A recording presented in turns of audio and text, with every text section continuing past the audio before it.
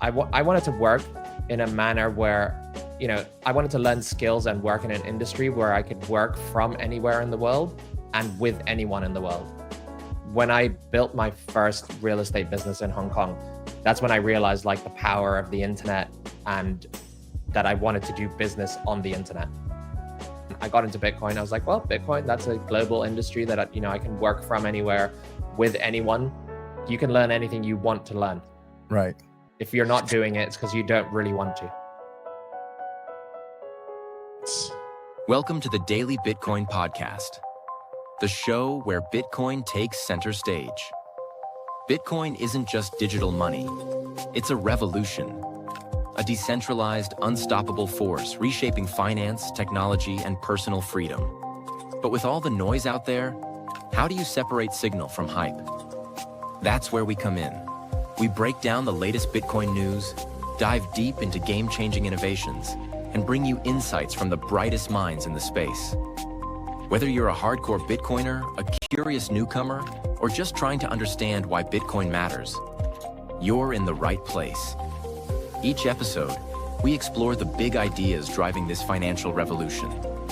From sound money principles to self-custody, from mining and lightning to the global impact of decentralization. No fluff, no distractions, just real conversations about the future of money. So grab your hardware wallet, stack some sats, and let's dive in. Because Bitcoin isn't just a trend, it's here to stay.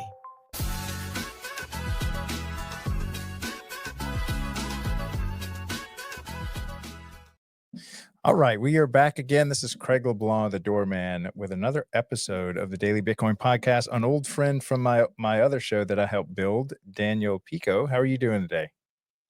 Okay, fantastic. Thanks for having me. Yeah, so tell us what time it is where you're at. It is like 5:05 a.m. 5 a.m. over there, and you're in Dubai, correct? That's right. Yeah, I think I was already here last time we talked. That's right. I think you had just gotten there. How long has it been since you've been there? It's been just over a year. A year? Yeah. Wow. So how's it going? Give us an update on how Dubai is. What's it like living there? And what's the Bitcoin scene look like? Dubai, you know what? Dubai is kind of like Bitcoin in the sense that most people have this like preconceived notion of what it's like, but they don't understand it. It's one of the most underrated cities in the world. When you talk to the equivalent argument of, if you talk to a so-called normie about Bitcoin, they'll say it has no intrinsic value. Anyone can just like make up their own new Bitcoin. Blah, it's a scam. It's a Ponzi, right? But then when you actually study it, you realize what it is. And it's the same. It's the same with Dubai. It's like the standard arguments when you mention to people who have no idea and probably have never been here. It's like, it's soulless. There's no culture.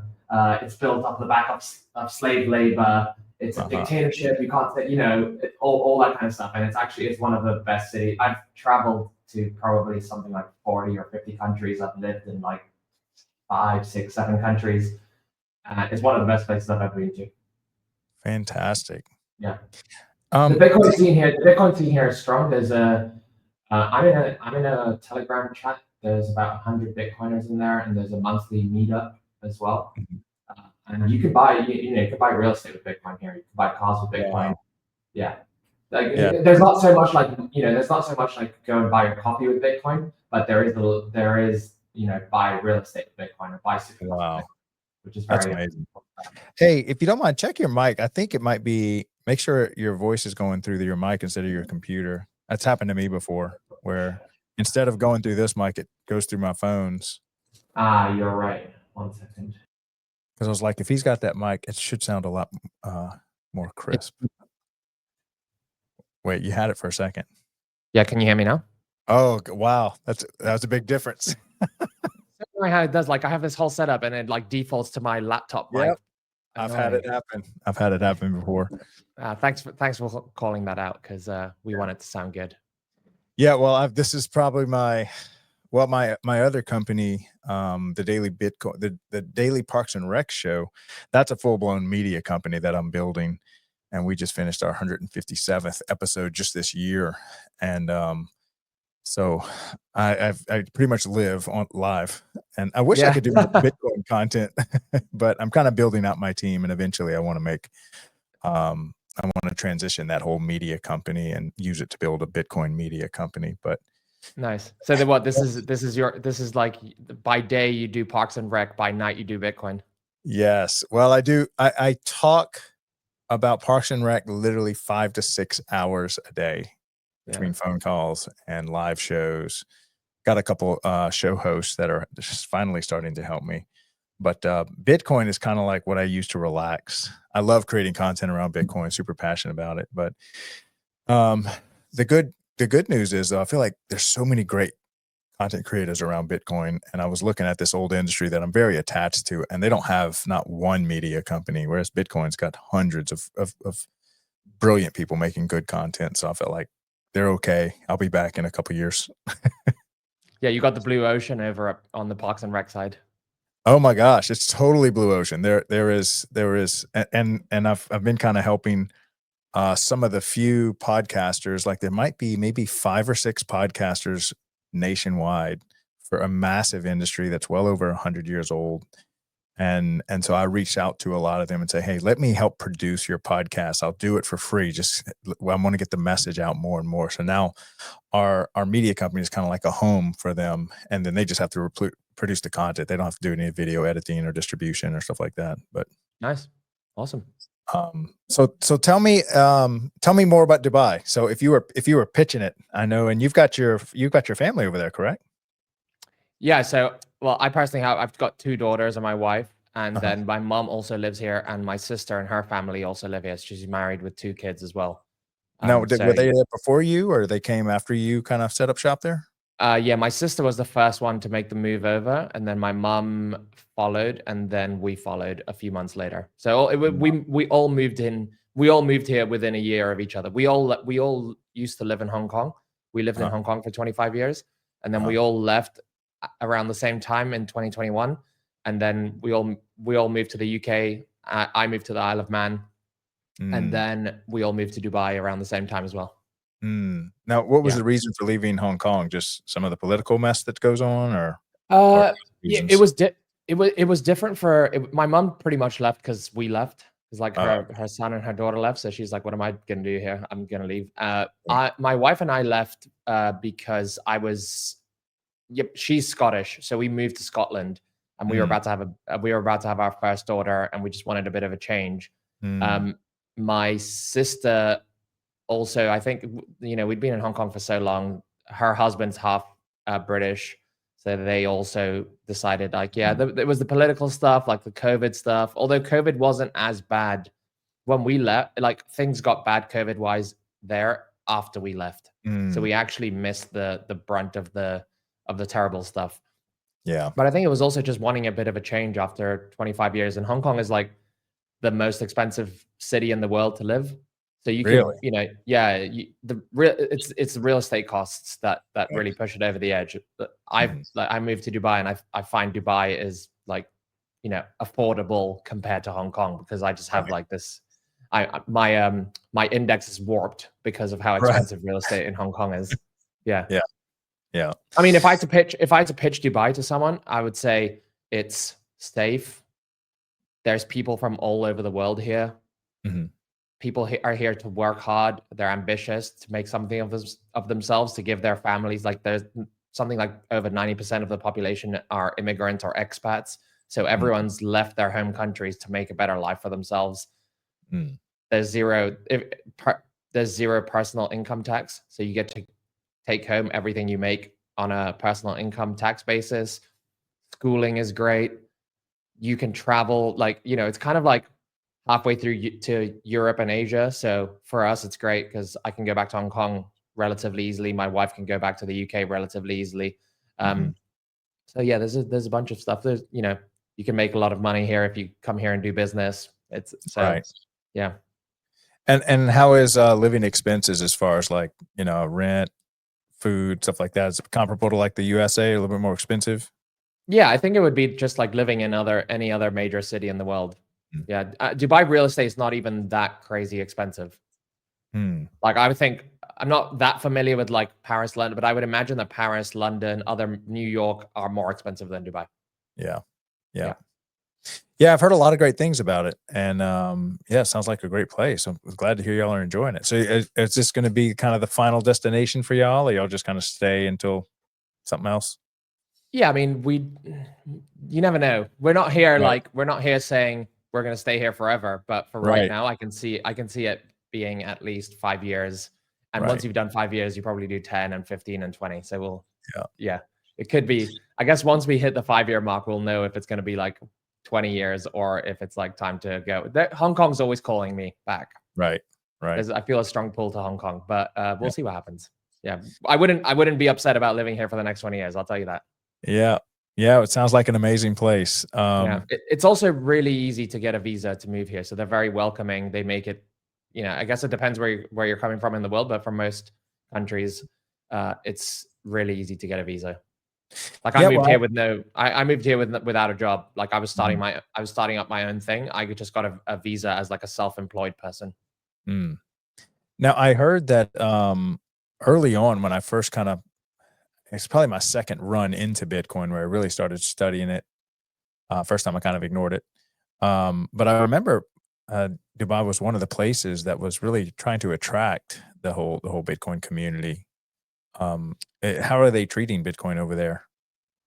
I think it's just, yeah, I mean, to me, the most important thing is not taxing, not having capital gains on Bitcoin. Any place that does that is going to attract Bitcoiners because obviously we want to spend we want to use Bitcoin without having to keep track of when we bought it, when we sold it, how much we might owe the IRS or whatever tax authorities.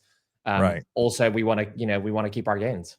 So yeah, so I think it attracts business people and investors just from having the 0% capital gains, and I think that's more than any country that's going to attract more Bitcoiners than any country that tries to do like a Bitcoin play, but still has capital gains tax. Right. Yeah. Right. Yeah, that is critical because I mean, everybody's Bitcoin stack is already gone hyperbolic. Like I like when people say it's going to go. I'm like, it's already gone hyperbolic. It's on that hockey stick. And so if you've held Bitcoin for any length of time, you've got huge tax implications, depending on what jurisdiction you're in. Yeah. So, and Dubai has one of the first regulatory authorities specifically made for what they call virtual assets. It's called VARA. It's a Virtual Assets Regulatory Authority. So they are trying to regulate the industry, which, just a year and a half ago, countries like the US wouldn't give any regulatory clarity. I mean, there still isn't really that much they've just said we're not going to do what we were doing before, but it's I guess not that clear. There's not like specific regulations that govern stuff like Bitcoin and virtual assets. So here they were already implementing that from 2022. Yeah. So any updates on Bitcoin in your world? What do you see as some big signals or news or anything to watch? I always get a little bit concerned when when there's too much good news. I'm obviously not bearish, but as Bitcoiners, we understand the fact that scarcity is a huge driver of value, and it's cool to have a couple of Bitcoin treasury companies coming into the space. One or a country that's trying to be more pro Bitcoin, but when you have dozens and dozens and dozens of treasury companies and the Nigel Farage just started talking about a UK strategic Bitcoin reserve if he wins the next general election. Just lots of bullish news, and the price is not really like convincingly moving higher. That always worries me. Yeah. Yeah. I was telling somebody, actually, I was on a car ride here, and I said, when I was doing the other Bitcoin show, we were looking for some big black swan event. Be lucky if we get something once a month that we could really, really sink our teeth into. And now it's like 5 times a day, there's something that big, and I just can't keep up. And I'm looking at the price, and I'm like, yeah, it's high, but God, it just seems like it should be running right now with all these major announcements of people buying, 10,000 Bitcoin, 40,000 Bitcoin, strategic reserves, just family houses, businesses, treasuries, just adopting it. It's kind of scary a little bit. I think it just goes to show, one, how small the like diehard hodler base is compared to everyone else that buys Bitcoin just to probably make, when they double their money, they're like, sweet, I'm out of here. Right. Yeah. And how many people are, from that group of people, how many people are selling their Bitcoin right now? Because that's the only, unless you believe in the whole paper Bitcoin thesis that MicroStrategy is not really buying Bitcoin, they're being sold some paper Bitcoin, which I don't necessarily buy into. But if you take out let's call it the conspiracy of paper Bitcoin, and you just look at what could be keeping the price down, it's obviously massive amounts of selling. People are upgrading. People have been, holding through an 80% bear market is brutal, and then possibly if you bought the last top, doubling your money from there, people are ready to upgrade their lives. Right. Yeah. They've waited 2-3 years. Right. Yeah. And people that have been holding for, 8 years, they're really, buying islands at this point. Exactly. Probably. They're at the point where they can sell, however, quarter of the stash, half the stash, and have more money than they know what to do with. Yeah. So there's definitely, I read a tweet the other day. It said Laszlo, the pizza guy, he's mined more Bitcoin than every public mining company put together, I think. Wow. Most definitely any single Bitcoin mining company, probably potentially all of them put together. So imagine that one guy with some CPUs and some GPUs 10 years or 15 years ago mined more Bitcoin than all the, basically all the hash rate that's on the network right now. Right.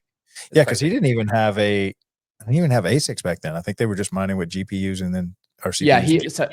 Laszlo was the first. He actually introduced like the software or the ability to mine with GPUs. So he ushered in the GPU era, and then ASICs didn't come in until 2013. Yeah. Golly, man, that was the time to be mining Bitcoin. Yep. But I think he said he spent it all on pizzas, or a majority of it. I'm sure he has a few thousand laying around, but right. He said he spent it all on pizzas.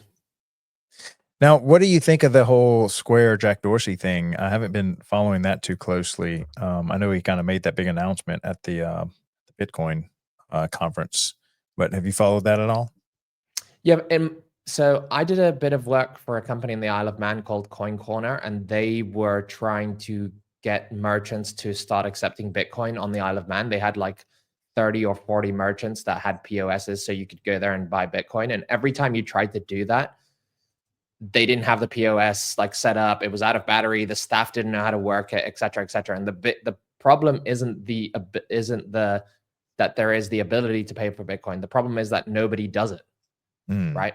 So you can have I'm just talking from experience, but you can have this terminal, the Square terminal that accepts Bitcoin. But if no one spends their Bitcoin, no one goes in there and asks to pay for Bitcoin, it's not really going to change anything. Yeah. Right? I think the big thing would be people coming into stores demanding to pay with Bitcoin because it's a better medium of exchange than the dollar. And I'm not sure that right now that is the case. Or it's not orders of magnitude better to the point where people are willing to stomach the switching costs of switching over to Bitcoin and paying with Bitcoin. Even Bitcoiners themselves, you've got this contingent of Bitcoiners that are like, HODL, never sell your Bitcoin. Why would I spend my Bitcoin when I can spend my fiat? And also, why would I spend my Bitcoin when I have to then like keep track of how much I bought it for, how much I've sold it for, and declare capital gains tax or capital losses on that. So I understand why people don't do it. I get it. So that's my experience.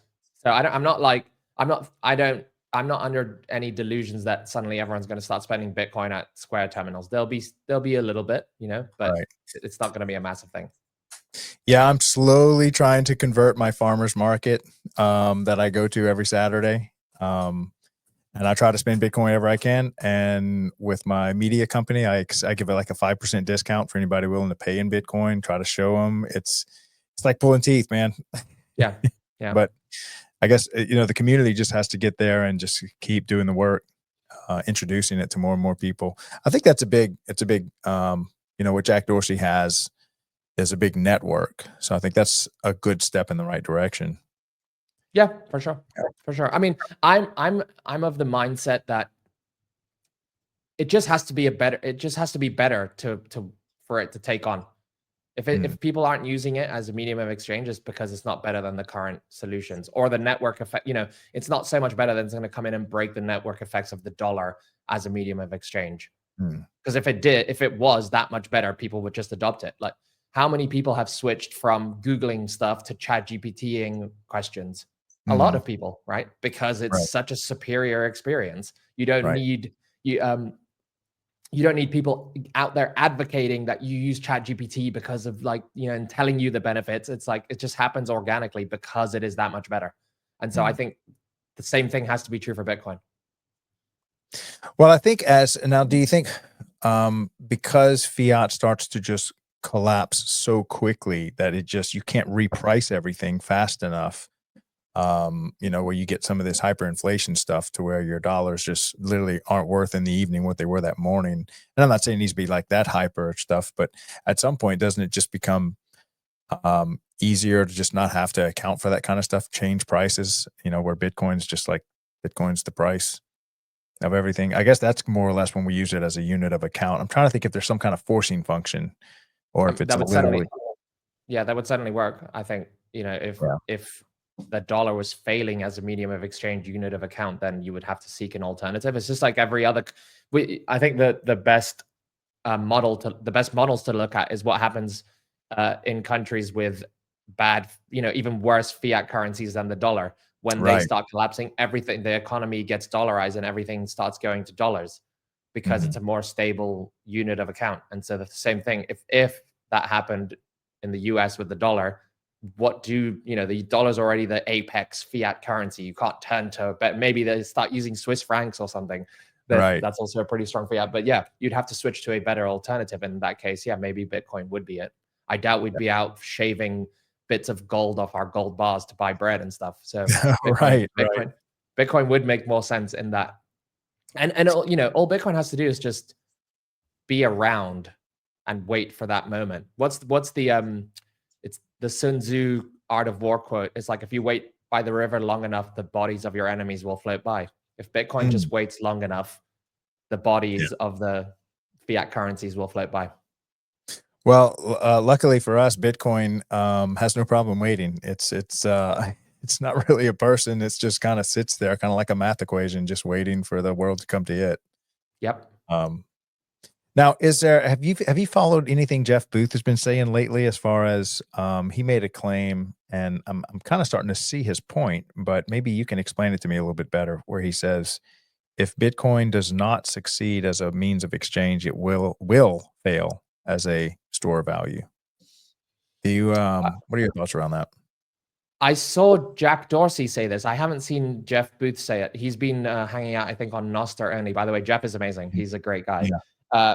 The same thing as Jack said, which is, if it fails as a medium of exchange, it fails as a current. It fails altogether. Yeah, that's the concept there. And I've listened to it over and over. He does try to explain it, but it's such a, when I first really started leaning heavily into understanding it, I was like, really, all that matters is a store of value. Once we get that, then eventually we get the means of exchange. But I never thought of it not being a means of exchange as a threat to the store of value. I think, let me see if I can explain it. It's kind of like when the printing presses start accumulating Bitcoin, how it's going to centralize. Because they can just acquire Bitcoin for free, and we can only acquire Bitcoin with our energy. We have to actually produce something and trade for it, whereas they can just print for it. And so that would be a centralizing force function. And if Bitcoin cannot stay decentralized on all levels, that's where it collapses. If the nodes become centralized, if the miners become centralized, if the Bitcoin all ends up in majority one hand, then they can control the market. Yeah, I mean, there's several things here. Bitcoin could become a medium of exchange, but if it happens on centralized rails, I don't know how much of a difference being a medium of exchange really makes for that. And Yeah. am I still here? My Oh yeah. computer. Yeah. There we go. My computer black. I guess I got to wiggle my mouse for some reason. My Yeah. computer blacked out. So yeah. So you could argue that if it's on centralized rails, it's not really Bitcoin. It's Bitcoin. We're just trading Bitcoin IOUs. I don't see. You know what? I'm bearish on the whole centralization or decentralization of Bitcoin. I think it does all end up in custodial solutions, in the Coinbases. Traditional finance is coming for the Bitcoin custody space. So I think we might see one day where MicroStrategy and all the other big treasury companies, and if eventually like Apple and Google and whatever else, they also hold Bitcoin on the balance sheet, do you think they're going to give it to Coinbase, or do you think they're going to go to JP Morgan or Morgan Stanley or the big banks that they already use for everything else? They're going to use those custody solutions, I think. So I do think it is more than likely, there's a higher chance that Bitcoin goes the way of gold than it becomes this thing that the majority of holders self-custody, or at least a big enough portion of holders self-custody, so that it doesn't become, that too overly centralized. I'm bearish on that. I think people will choose convenience. It's just like the privacy thing. People will choose convenience over privacy. And I think in this case, people would choose convenience over sovereignty in most cases. Whether you call that a failure or not depends if you think gold is a failure. If you think, I think Bitcoin still will go far beyond the market cap of gold eventually. So if you call it going from 0 to like, let's say 50 trillion or 100 trillion total market cap, being, most of the Bitcoin being held in custodians, etc. If you call that a failure, then it is a failure. If you think that, if you held Bitcoin and you got rich and you got to give your family a better life and you call that, Bitcoin was successful, then it's successful. I guess it's in the eye of the beholder. I don't know. What do you think? Well, I kind of agree. I'm curious as to how it does not get centralized, because and even as Bitcoiners, now this is something I recently figured out, is now I don't sell any of my Bitcoin. If I do need cash, I just borrow against my Bitcoin. Now that some of those functionalities open, I was getting ready to either spend my dollars and then I lost control of those dollars forever, and I'm just paying my regular food bills, rent, whatever. So I was like, why don't I use these dollars to buy Bitcoin and then borrow against it and then use that cash? And then there's no taxable event because I'm not really selling the Bitcoin. I'm just borrowing against it. So that's like an old wealth building strategy of the wealthy never sell their assets. They just buy assets and borrow against them. And so I just started playing with this a few months ago. And now I'm like, man, if I get any fiat at all, I immediately buy Bitcoin. If I need any cash, I don't sell the Bitcoin. I just borrow against it. But now I've got to put that Bitcoin on some type of third party, and I get third party risk, and I contribute to the centralization problem. So I hate that about it. But I just look at it in my mind. I was getting ready to send that wealth out of my orbit anyway, forever. So why not at least have this one play? But I see myself accumulating more and more and more Bitcoin through this strategy and contributing to the centralization problem. And who knows, it's on Coinbase right now, so they could be rehypothecating it. And how would I know? There's no way for me to verify that. And that's the thing, like the incentives are such that you'd rather do that than sell, right? So there's so many, there's so many functions that are going to force Bitcoin into the hands of a few custodians, I think. Yeah. It's just like how we all use our communications are centralized through, Samsung and Apple and MacBooks and Windows PCs. There's like a handful of banks that we all use. There's a handful of airlines that we all use. We all depend on the same electricity grid. Like most things in society are centralized because that is the most sort of efficient, effective way of operating. If we Yeah. all had to, if we were all self-sovereign and we all had to do our own plumbing and our own architecture and our own building furniture and our own building Yeah. computers, like we just wouldn't get that far as a society, right? And Right. it's the same thing. It's the same thing with Bitcoin. And I look at people can't even, people can't even manage their passwords to their Gmail and whatever else properly. Mhm. Like Yeah. people don't, something as basic as using a password manager. Like a lot of people can't manage it. They have their passwords in a Apple Note, right? Yeah. So even though seed phrases and keeping your Bitcoin is relatively straightforward, it's not as straightforward as not doing it. Yeah. Yeah. Right. That's true. Yeah. Yeah. It's a lot of just ease of use. And I think if you become a Bitcoin maximalist, and there's different ways to define that, but I think you've got two options. You either sell your Bitcoin or you borrow against it. There's no way around that unless you're not maximizing your Bitcoin acquisition, which means if you get fiat under your control, you instantly convert it to Bitcoin. Well, at some point, you have to trade something for other things that you need. And so you're either going to be put in a position where you have to sell your Bitcoin to go buy today's lunch, or you borrow against it. So I don't see an alternative route. Yeah, the opportunity cost of any spend is more Bitcoin. That's right. Right. The opportunity cost of anything that you do with money, regardless of whether it's dollars, gold, whatever value you have that you don't put into Bitcoin, the opportunity cost is obviously more Bitcoin. So the whole argument that it's okay to spend dollars, but it's not okay to spend Bitcoin is falls flat on its face on that front. That's right. The only thing is the taxes, right? Yep. If keeping $1 and then spending that dollar rather than putting it into Bitcoin, then spending the Bitcoin and then having to pay capital gains tax on it, plus the admin burden that comes with keeping track of that. That's the only sort of logical, rational argument that I can understand for keeping some dollars as working capital and just spending that and not touching your Bitcoin. But other than that, well, but now that you can borrow against your Bitcoin, then that shoots that argument down, because it's like there is no taxable event if you borrow. It's only when you spend Bitcoin. So right, so you do introduce some liquidity management and risks. The thing that I guess the biggest thing that I see with borrowing against Bitcoin is that if you mismanage your liquidity and you can't pay back the loans or make the payments back or whatever, then you risk having to sell at the worst possible. You could become a forced seller of that Bitcoin at the worst possible price, because usually when people are getting liquidated is when Bitcoin price is going down, and then you have to cough up more collateral. So you have to be able to manage that, and that carries some administrative burden, some attention burden. And there's a little bit of, but for certain people who can manage that, then yeah, I think the borrowing against Bitcoin is a great option.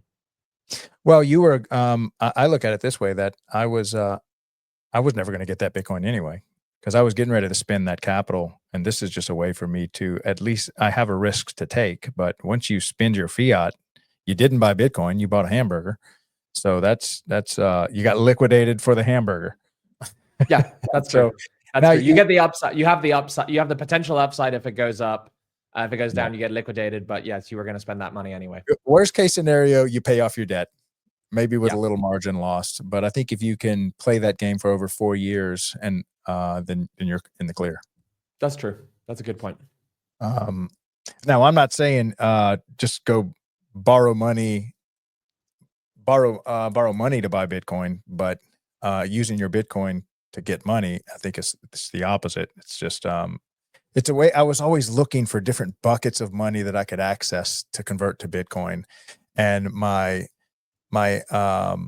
bill money was just a bucket. I'm like, man, if I could find a way to use that to buy more Bitcoin, and this was kind of my strategy. So it's just a new acquisition strategy. I know a lot of Bitcoiners out there are probably panicking, thinking that you're not taking into cold storage your Bitcoin, but I mean, just a different. Well, like you said, it's Bitcoin you wouldn't have anyway. That's right. That's right. So I think that's a great framing. Yeah. All right. So tell us a little bit more about this company that you have. I want to hear more about it. I know last time we spoke, you probably had like half the subscribers you had back then, and now you've or maybe even tripled the amount. Yeah, I was looking at some old. I was organizing some old Twitter drafts yesterday. I had like 500 Twitter drafts of tweets that I hadn't posted, but that are in a half finished format. And so I was scheduling a few of those, and I saw a tweet from last year where I said that I had gone from 37,000 followers to 70 odd thousand in the last year. So that's from 2023 to 2024. Now, yeah, I'm close to breaking 100K. But yeah, so before I got into Bitcoin, I owned a real estate business in Hong Kong, and I was looking to try. And part of the reason for leaving Hong Kong and all that was I wanted to work in a manner where I wanted to learn skills and work in an industry where I could work from anywhere in the world and with anyone in the world. So as a real estate broker in Hong Kong, sure, there are some transferable skills that I can take, if I left Hong Kong, that I can take away with me. But market knowledge of the Hong Kong real estate market is a huge part of that, of working as a broker. And so I just felt like if something ever happened in Hong Kong where, I had to leave, I would be starting from scratch again. Right. And I didn't want to be doing that later in life. I'd prefer to do it earlier in life. So I thought, okay, I need, when I built my first real estate business in Hong Kong, that's when I realized like the power of the internet, and that I wanted to do business on the internet. I didn't know what, I just knew it was like, it's code or media. Those are the two levers that you can pull in terms of digital leverage. So part of the reason for leaving Hong Kong was that as well. And then, yes, so I happened to get into in that time when I decided like I want to do something online. I got into Bitcoin. I was like, well, Bitcoin, that's a global industry that I can work from anywhere with anyone. But in growing this Twitter account, I also discovered the power of branding and personal branding, it specifically in order to get pretty much anything you want. I think building a personal brand is up there with Bitcoin as the greatest asset that you can invest in. 100%. Whether you're an employee that's like trying to get a pay rise or a better job, or you're an entrepreneur that wants to grow their business, or hire better employees for your company, or you're a consultant or like a solopreneur who just wants to get more customers, more clients. I think building a personal brand is massive leverage, and I had this experience doing it for myself. And when I was looking for the next business to launch, that was just a perfect fit. So I launched. It's technically a solo consulting business. But yeah, I have different levels of helping people build up their personal brands, from done for you, where I literally write content for you based on, conversations that we have, all the way down to digital products that I sell. So basically info, right? That people can take away and apply for themselves. And then I also have a consulting / like coaching community and one-on-one service. Yeah. Yeah, say more about that personal brands and how important it is, because I've been a big believer in that, but I think it just needs to be said more and from different angles, and because I think people are missing on that attention is just so important when in this digital world. Yeah, there's a few things specifically about personal brands that I think is different from building a corporate brand, let's say, because when people start business, they think, oh, I have to do it under the business name. I don't want it to be too reliant on me, et cetera, et cetera. The first thing about a personal brand is that it's an asset that stays with you forever. If you build a corporate brand, when you sell that company, you're back to zero.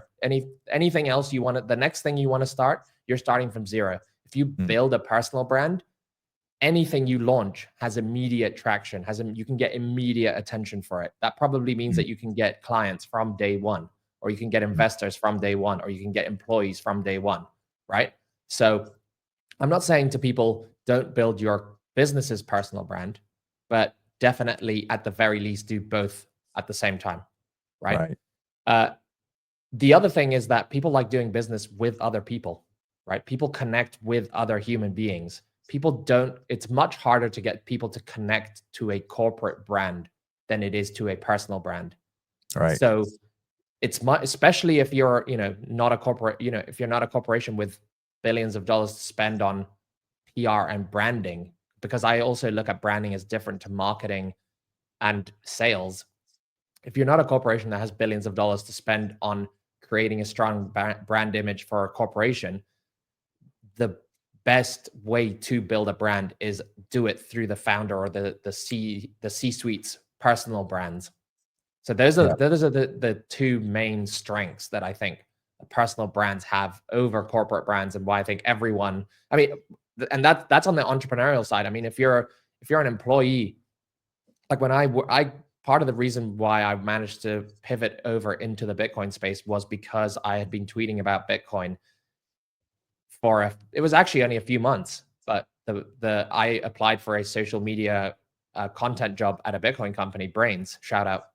And I got the job because they saw what I had done on Twitter. So they saw my proof of work. I was basically some people call it working in public, right? Or building in public if you're an entrepreneur, working in public if you're looking for a job. And I got that job over other people because I just learned about Bitcoin and tweeted out what I was learning, what I was thinking, and that's it. It's kind of like just exist in public. Let what's in here, put it out there so other people can read it.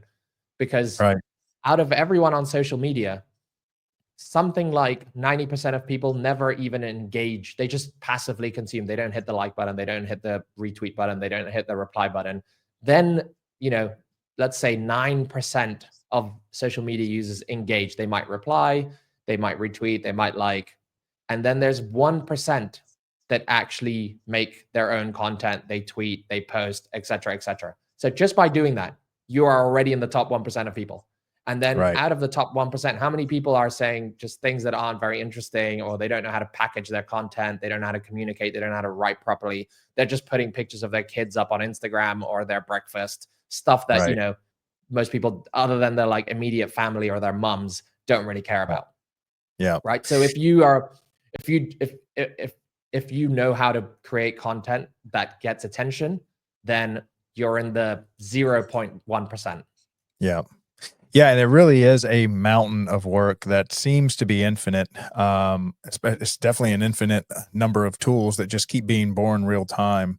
Once you kind of step over that line and say, I'm going to be a content creator, and you start trying to understand the different platforms, the algorithms, just the techniques, and then all the softwares that can help you produce and edit. It's like, oh my gosh, I'm going back to get 10 college degrees here, it seems. But there's no other way to do it besides getting in there and just doing the work. And it's just like an artist just honing his craft over time. But until you start it, you're just kind of sitting on the outside. So yeah, I definitely encourage that. You said something that people buy from people. What can you say some more about that? I find that really interesting. Yeah, I mean, I don't know about you. I don't really connect with any corporate brands. Like I wear plain clothes. I actively avoid wearing clothes that have a brand on them because I'm like, I don't, I guess there aren't any. So there's a couple of things. I'm very bullish on backing yourself. I actually think that like I'm going to start wearing clothes that have my own branding on them. Right? There you go. I think, I love it. Why give the attention to Adidas or Nike or whatever? Why not give the attention to yourself, right? If we're all, if you think of yourself as a little media company, then you should be doing that. So we like doing business with people that, we like doing business with people we trust. And the way that you get to trust someone is by getting to know them, right? And so that's what building a personal brand is. It's just becoming known, and you can leverage yourself, right? I can have a conversation one-on-one here downstairs in my building with one person, or, we can have a conversation one-on-one on the internet and post it up on Twitter, on YouTube, and perhaps dozens, hundreds, thousands, hundreds of thousands, millions, if you're, if you have a really big megaphone, can see it. And so it's just leveraging being yourself on the internet. It's scaling yourself. I like to think about it as like, you're just scaling it's your digital reputation, essentially, is what a personal brand is. It's what you're associated with. Now, how does this get affected? How does this whole framework and concept get affected as AI starts to be able to just flood the market with infinitely more content than could ever be produced by the 8 billion people?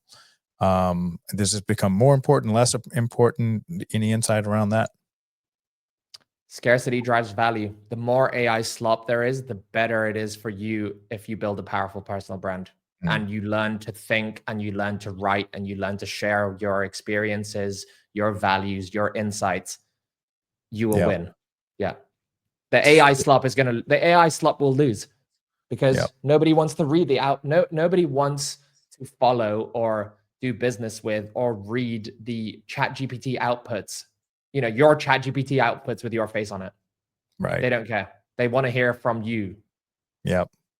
This is why I'm a firm believer in the live content, unedited, because I think the world of edited content is getting ready to explode because of the editing potential of AI that's already here real time. And I think people want to connect with people. So now I don't know how we differentiate between us and AI that's indistinguishable from us, but we're not there yet. I don't know if we'll ever get there, but maybe. Yeah, I mean, I identify as a writer, as in when I think about what I do, essentially is my main medium of communication is writing, and I'm not scared of AI at all. I think AI is an amazing tool that can make you a better writer if you use it correctly. If you let it use you, then your brain, because a lot of writing is just, it's thinking things through and gaining clarity over ideas and then figuring out how to best communicate them. And if you outsource that to AI, then your brain will atrophy. You will no longer be able to think for yourself. And that is essentially you replaced yourself. It's not like AI replaces you. You literally replaced yourself with AI. Right. But if you think through an idea yourself, if you figure out how to write it yourself, AI isn't better than the top 1% in their field, right? The best writer, it can try to mimic them, but it can't, it's not going to do what they can do. So if you're a below average writer, AI probably writes, well, it will write better than you, right? Yeah. But if you're an above average writer, you write better with AI because you're infusing yourself into it. AI doesn't have emotions. It's not a person. It hasn't lived through stuff. Yeah. And there's nothing to be in, there's no self, there's no humanness to infuse into the AI writing. Yeah. Me personally, I love talking to AI. I feel like I have this personal assistant that can help me sift and sort through the world of information. And rarely do I allow my AI to finish a sentence before I'm like, okay, you gave me the first half of your response, gave me enough. Now, what about this question and this question? And I'm just like 40 questions deep, and this would have taken me, I would have quit before I gotten this much research and insight, doing a regular Google search or trying to educate myself on a topic. It's insane how deep you can go when you've got an AI model helping you. So I just see it as a massive tool that we're using. I mean, I don't know if that changes as it improves, but I figure right now you either learn to work with it or you get left behind the people that do. But I think it should be a leverage play, not a excuse for you to just not create. 100%. And there will be, I think, if you don't build your own body of work. So I like to think of AI like an employee, like how I would treat an employee. I want to train it to do things that I don't want to do myself, or that it could do better, or that, are there just repetitive tasks that that would be amazing if they didn't require my time or energy input to produce each additional task. So I just think about it like an employee. So you have to train it like an employee. And if you want it to, for example, be more like you need to have a body of work that you can train it on, right? Values, instructions, pieces of writing, so that it can be like you. But if you are today building your body of work by getting AI to write for you, you're not building a body of work. You're not building it is building a body of work. Right. Right. Yeah. You can't get the AI to sound like you if the things you're feeding it to write like you is its own outputs. It's just going to sound like, like itself and like everyone else. You already notice it. Like, as soon as I know that somebody has written something with AI, I just immediately stop reading it, because I don't know how much of that is, once I know you've used AI to write it, I don't know how much of that is you or how much of that is just the AI coming up with it. And I'm not there to talk to a chat GPT. Yeah. Yeah, and I watch a lot of YouTube videos, and I'm noticing more. I have to actually sift through them and watch the first few parts to make sure. And I'm like, oh, this is AI. This is AI. I'm wondering how long I'm going to be able to tell the difference, but I can tell by how its tone is. It's kind of monotone. The voice inflections are dead giveaways. It's getting better, so I don't know for how long I'll be able to tell. But that's why I really kind of go to my original content creators and try to watch them, especially the live ones. Yeah, you're there. It's the whole concept of personal branding is like you're there for that person's opinion or that person's advice or that person's spin on something. If you just want the cold hard facts, you can go ChatGPT the thing yourself. Mm-hmm.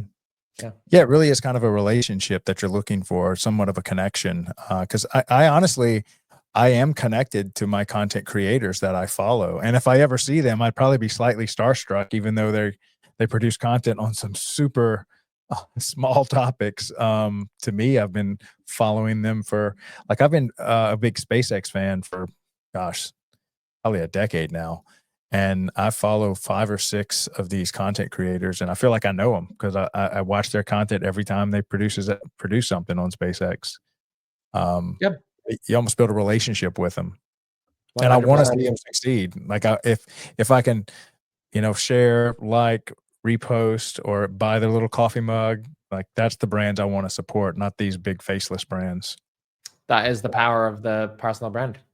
Yeah. And I think it goes to, bringing it back to Bitcoin is just like your brand is scarce and versus something that's just almost like fiat, and I think AI is going to be similar to fiat is it can just produce infinite units, whereas human created content is a finite unit. Yep. And like you said, so each person is unique, right? Mhm. You have your own set of experiences, your own set of values, your own set of insights, where even just the color of your skin, where you come from. Do you have Mhm. kids or do you not have kids? Are you single or are you not single? Like, there's all these things that people connect with. I've seen consultants get clients off the back of them having the same car as their client. So Mhm. I spoke to a consultant. He's like, I got a new client the other day, and he went with me because we have the same car. I posted a picture of my car on Instagram. He saw it. He was looking for someone who does what I do, and he said that he chose me because we have the same car. Yeah. Right. So That's crazy. the whole concept of you are the monopoly is literally that you can create a monopoly business where you're the only choice for clients because you're injecting yourself into the branding of the business. You're using yourself as the brand for the business, right? Mm. Because So how where do did you differentiate with, like, there's so many businesses and products are commoditized. Like a shoe is a piece of cloth stuck to a piece of rubber, Yeah. but if it has a Nike logo, it means something. Or if LeBron James wears it, Messi wears it, it means something to some people. And, to other people, they like a different person better. And so for those people, like for the people that love Messi, wearing the shoe that Messi wears is probably they're Mm. not going to consider another shoe. So you Yeah. can literally build a monopoly business out of a thing that isn't necessarily a monopoly with brand. Right. Yeah, I'd say if for not the person, the price is the logical winner. If I don't have a connection, like an emotional connection or attachment to the person, then I'm just going to go with the best price. Correct. And It just drives the price down to basically it squeezes the margins of the business that don't do branding down to basically zero. yeah, Yeah. yeah, But if because you then brand, you can charge more for the that's same right. thing. Yep, for the exact same, or even a worse product. Yep. A great analogy that comes to mind is if you had this babysitter that had all these credentials to watch your child, but now let's go with the 14-year-old neighbor just because I know them. And she's probably infinitely less qualified to handle an emergency or something happening than this older woman with all these qualifications. But we just go with what's familiar when something important's on the line. And maybe that's just part of our genetics, the human species makeup is that we're looking for familiar, like we find safety in something familiar. And so if you're not familiar, if you don't have a brand, people don't know you as a person. Like I 100% agree with your concept there. Where did you get this whole monopoly? You are the monopoly thing. I didn't see that last time. So where did that come from? No, yeah, it just came up. I was trying to sort of brand my thing, right? Mhm. Because ultimately, it is the concept of personal branding is not new, but I Mhm. wanted to give it a unique frame that resonated with how I sort of interpreted and how I see the whole personal branding thing. And I do think that I wanted to focus on helping primarily entrepreneurs.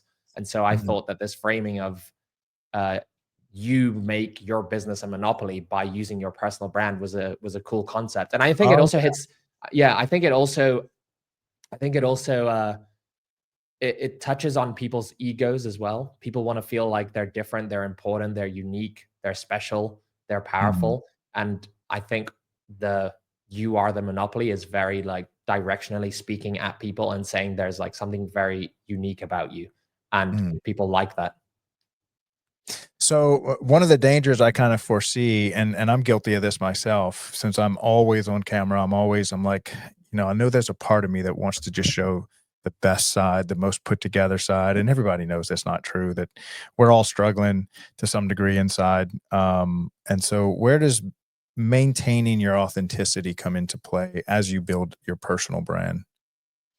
Yeah, I think it's crucial. You can't be on camera uh being completely fake, but I also don't think that means that you need to share everything that's going through your Mm, mind, everything that's happening in your life with with the internet. I think you can be right. I think you can be authentic, but you can also be selective of what you share. I don't think, Yeah. I'm not gay. I'm not having, I don't have a camera following me around everywhere. I'm not tweeting out when I'm sitting on the toilet, Right. letting people know I'm on the toilet. Like I Right. select, is that inauthentic? No, I don't think so. Right. I think the bits you do show need to be authentic, Right. but it doesn't mean that you need to show everything. And I don't Mm. think that not showing everything means you're inauthentic. So any immediate or kind of 101 pointers if somebody's like, okay, he's right. I need to kind of work on my personal brand. What are some first steps that we could kind of give people? Yeah, I would pick one platform and just Mhm. hammer away at it. Become a Mm. master of that platform. And the way you do that is just by iterate. It's by quantity. It's by Yeah. iteration. And Yeah. remember that the thing that most people get stuck on is like they think they don't have anything interesting to say, or they're scared of what people are going to think of them. And you just have to, one, realize that nobody cares. Nobody's paying Nobody's that much watching, attention. You especially in those early wish, days. exactly, you wish you had so much attention that people are actually sitting there caring about what you said and calling you stupid. That Right. if you have critics, that means you're doing something right, because Right. you're at least getting attention, right? Right. I'd rather have look, I just came up with this alliteration. I'd rather have critics than crickets, Right. right? Which Yes. is, I I like love that. it. Yeah, so I'd rather have critics than crickets. And you have to think, are you going to let the opinions or judgments of others stop you from getting what you want? Yeah. Yeah. And then just the cliche of to be interesting you have to be interested. I think Mm. that's the if you don't know what to write about, just get curious about something, learn about something, and then share what you're learning, and share your opinions, share your thoughts, share what's going on in your life or in your professional life or whatever it is that you're willing to share out in the world. And after a few months, a few years, you'll start getting good at packaging, at figuring out what people care about, what people don't care about, what you like, talking about, writing about, whatever it is. Uh, and yeah, you'll have built a personal brand before you even realize that that's what you were doing. If you just Yeah. do something in public, essentially, you have to put yourself out there. Yeah, I 100% agree with that. It's a lot of it's just about repetition. I mean, and expressing yourself through words or through speaking, it's just a craft that you have to just hone. It's almost like learning how to dance. You might be, 2 left feet when you start, but over time, the body can learn how to move properly. Same thing with the written speech, with the writing or speaking. And if you never do it, then you never get the practice shots that you need. Um, So that's, yeah, I agree. You got to get some volume out there and just trust that you are a creator. I think that's kind of the issue that we're having right now, is that people are just not creating. And I think they are creator. I think all of us, there's a great, beautiful creator, like a little Michelangelo in there, but you have to give him the brushes and the paint and give him some time to go paint. Otherwise you never discover that creative potential inside of you. I 100% agree. Look at what humans have built in the world. Like, you know, it's a rock with some trees and some water on it and some Right. sand, right? And look at everything that we have, like, we created everything else that's here. Mm-hmm. So we are creators. Just that's what we create meaning, and we create things in the physical world, Mm-hmm. right? We create tools and we build stuff. So every single one of us has that potential in us, because that's what humans do. You know, the Neanderthal didn't think, oh, I'm a creator, I'm gonna like now build a thing. No, they're like, I need some shelter, I need some clothes so I don't get sunburned. I'm gonna make, you know, oh, there's a leaf there, I'm gonna grab that and like make myself a little dress or whatever. So we still have that in us. Yeah. But just, you know, the way society's gone, you get stuck in these like 9-to-5 jobs where you're doing something menial that isn't actually very creative. And then, you know, I think people think you have to be born, you know, only a special kind of person is creative, but it is in all of us. And it's also a skill that it's like a muscle. You need to use it to build it up and make it stronger. And it's a skill. I think a very empowering way to look at everything is that everything is a skill issue. You learn to walk, you learn to talk, right? You learn to take care of yourself, get a job, make money. Like, you can learn anything you want to learn. Right. If you're not doing it, it's because you don't really want to. Yeah. Maybe speak, and I know we're coming up on the end of the show here, but maybe speak a little how the chaos is okay. The chaos is normal. Like, don't expect it to be perfect before you launch. Like, the most beautiful things are created in chaotic environments. That shouldn't be, that's, for me, it's just normal. Can you say anything about, you know, how sometimes you get paralyzed because it's just not right, and you just, you know, analyze it to death and never start? What can you say about encouraging people to just kind of, it doesn't have to be perfect to start? Yeah, we tend to be terrible judges of our own work, whether we're beginners or whether we're even, you know, there's a thing called the curse of the expert, which is you're so good at something that it's so effortless to you and it's so easy to you that you devalue it because of that.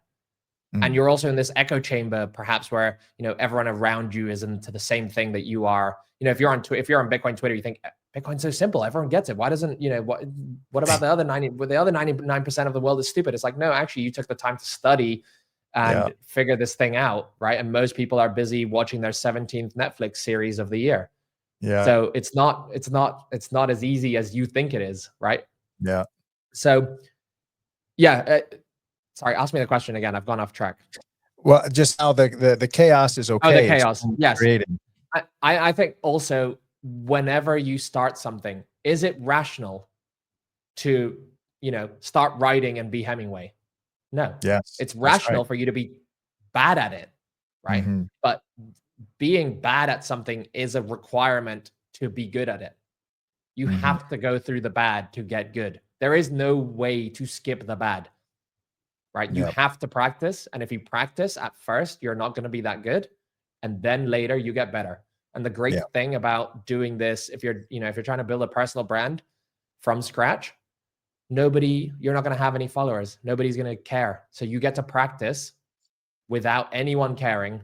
And they don't see your, you know, or your bad tweets or whatever, unless they go back to them. I'm sure if you go back to my early tweets, there's some, you know, and if you're not looking back at stuff you did a few years ago, and you're not embarrassed by it, it means you haven't grown and evolved and become better at your craft. Yeah. Yeah. It's just part of the game.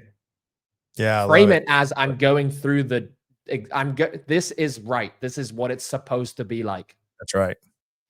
It's almost like going to a workout and expecting not to be sore. I'm like, no, that was what makes a good workout. That's when you feel good. Like, oh, I did something. Yeah. I feel the work. Exactly. If there's not resistance, if there's not suffering, if there's not a little bit of pain, if there's not a little bit of struggle, you're not really growing. Yeah, that's true. That's true. Okay. So last thing, I have a lot of new people to Bitcoin from municipal government through my Parks and Rec show. Any message for them if you're speaking to a new Bitcoiner that's kind of curious, trying to learn a bit about it? What kind of message would you have for them? Yeah, I think Bitcoin just gives you the ability to not have to always be chasing to get back to zero with fiat, with inflation, with monetary debasement. You have to, if you're not growing your income or growing your assets at least, whatever the debasement rate is per year, at least 10% per year, then you're going backwards, right? Mm. You're losing purchasing power, you're losing the value of your assets. So Bitcoin just allows you to start every time from zero rather than from -10, or to keep chasing that value. So it's a cheat code in that way, because everyone else is it's like you're running on ground and everyone else is running on a treadmill that's going the other way. And so they're kind of just to stand still, just to be in the same place that they were before, they have to do a lot of moving, whereas your moving moves you forward. Right. If you could even, to go with that analogy, you could say if you're running with Bitcoin, it's actually on the treadmill, heading in the right direction. Yes. Yes, exactly. Yes. Direction. Yes, it is. It is in fact, yeah, moving you very quickly towards in the right direction versus against you. So it's a cheat code in that sense. I love it. Yeah, as long as governments are fiscally irresponsible and continue to print money to monetize their unsustainable debt levels, the value of Bitcoin will keep going up. Oh yeah, they have to. They absolutely have to. And my hat's off to every honest politician that truly tries to right the system. But I think even after they study, they realize this system, it requires debt. It's not something you can just stop. You have to introduce more money. It's just how a debt-based system works. Yeah, and the political incentives are there to continue to give the populace free stuff to get votes. Yeah. Cutting back the I can't remember what the exact figure is, but it's something like 30 or 40% of US GDP comes from government spending. Mm-hmm. And where does government spending come from? Money printing and debt, right? So Right. yeah, it's inevitable unless people stop wanting free stuff and take personal path to keep going down, and that they're going to leave their children and their grandchildren and their great-grand, at some point the bill's going to come due, and whoever's around on earth at that point is going to have to pay for it. Yeah. Yeah. And history is littered with people that, they always print, they always debase the currency. We've never seen an example where they haven't. And so if history is a good teacher to us, then we should pay attention and just accept Bitcoin for what it is. The first time humanity's ever had this opportunity. So, well, man, thank you for coming on to the show. We have to do this again and not wait a whole year. And how can people find you aside from on X for sure? But if they want to work with you, how do they get in touch with you? Yeah, the best place is to join my email list. It's youarethemonopoly.com. I send a daily email there. So there's offers to whenever I have anything that I can do to help people, the offers are always on there. And there's, you get to read my daily insights, my daily thoughts on personal branding and personal development as well. Fantastic. Well, I am now on the email list, so I'm looking forward to getting your emails. Awesome. Thank you very much for having me. Yep. Thanks a lot, Daniel. Have a great day. You too. All right. Bye. All right. So that was Daniel. Great to see him again. I love talking to fellow Bitcoiners. They are just a wealth of knowledge, and they've done a lot of hard work and research, and they're definitely doers and creators. And so if you ever get a chance to meet a Bitcoiner, talk to them. If you've not met with one, super cool people. And they are always producers, solid people. Definitely go to a Bitcoin meetup. You can meet guys like Daniel at these Bitcoin meetups in person. And shout out to all of my Parks and Rec people that attend my show here on the Daily Bitcoin podcast. I know a lot of y'all think I am just crazy about Bitcoin because I won't stop talking about it. But I appreciate y'all coming and supporting my show. And again, thank you, Daniel, for your time, and keep going. You're doing great. I will see y'all again on the next Daily Bitcoin podcast. And of course, I'll be here in the morning with the Daily Parks and Rec show. We have a special Young Professionals Network coming up at 12. Actually, that's at 12 noon, 11 a.m. Central my time, but 12 noon Eastern. So we'll wrap up that week. Another awesome week with the daily Parks and Rec show. And yeah, looking forward to seeing y'all tomorrow. Y'all have an awesome night. Talk to y'all later. Bye. Welcome to the Daily Bitcoin Podcast, where knowledge meets financial freedom.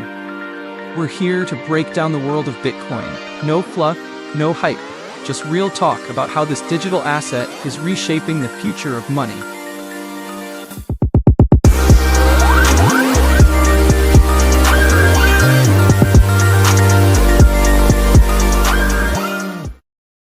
Inflation is stealing your purchasing power, but what if there was a way to fight back? Enter Bitcoin, the digital currency that empowers you to take control of your wealth. Ever wondered why your money doesn't stretch as far as it used to? At the Daily Bitcoin Podcast, we educate, inform, and inspire. From expert interviews to breaking news, we bring you everything you need to stay ahead in the Bitcoin community. Market updates, expert insights, real-world use cases, and practical tips to navigate the Bitcoin economy. So whether you're a seasoned Bitcoin investor or just getting started, this is your daily dose of Bitcoin wisdom. Don't miss out. Subscribe now, hit that bell icon, and let's break free from the chains of inflation, one Bitcoin at a time. The Daily Bitcoin Podcast, your gateway to financial freedom.